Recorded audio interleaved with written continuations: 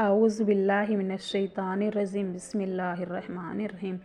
رسول اللہ صلی اللہ علیہ وسلم کی 5 حدیثیں۔ انصاف کرنا۔ رسول اللہ صلی اللہ علیہ وسلم نے فرمایا، انصاف کرنے والے اللہ تعالیٰ کے پاس نور کے ممبروں پر ہوں گے، اور یہ وہ لوگ ہوں گے جو اپنی حکومت، اہل و عیال و رعایا کے متعلق انصاف سے کام لیتے تھے۔ فضول خرچی کرنا۔ قرآن میں اللہ تعالیٰ فرماتا ہے، اسراف و فضول خرچی مت کرو، کیونکہ اللہ تعالیٰ فضول خرچی کرنے والوں کو پسند نہیں کرتا۔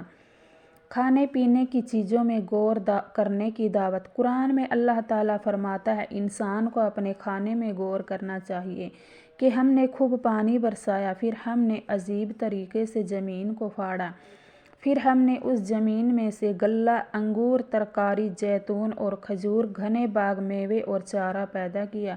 یہ سب تمہارے اور تمہارے جانوروں کے لیے فائدے کے لیے پیدا کیا۔ حور کی خوبصورتی۔ رسول اللہ صلی اللہ علیہ وسلم نے فرمایا، اگر جنت کی کوئی عورت زمین والوں کی طرف جھانک لے تو زمین و آسمان کے درمیان کی تمام چیزوں کو روشن کر دے اور اس کو خوشبو سے بھر دے، اور اس کی اوڑھنی دنیا اور تمام چیزوں سے بہتر ہے۔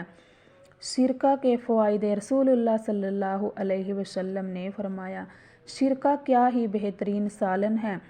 محدثین حضرات کہتے ہیں کہ سرکہ تلی کے بڑھانے کو روکتا ہے، جسم میں ورم نہیں ہونے دیتا، کھانے کو ہضم کرتا ہے، خون کو صاف کرتا ہے، پھوڑے پھنسیوں کو دور کرتا ہے۔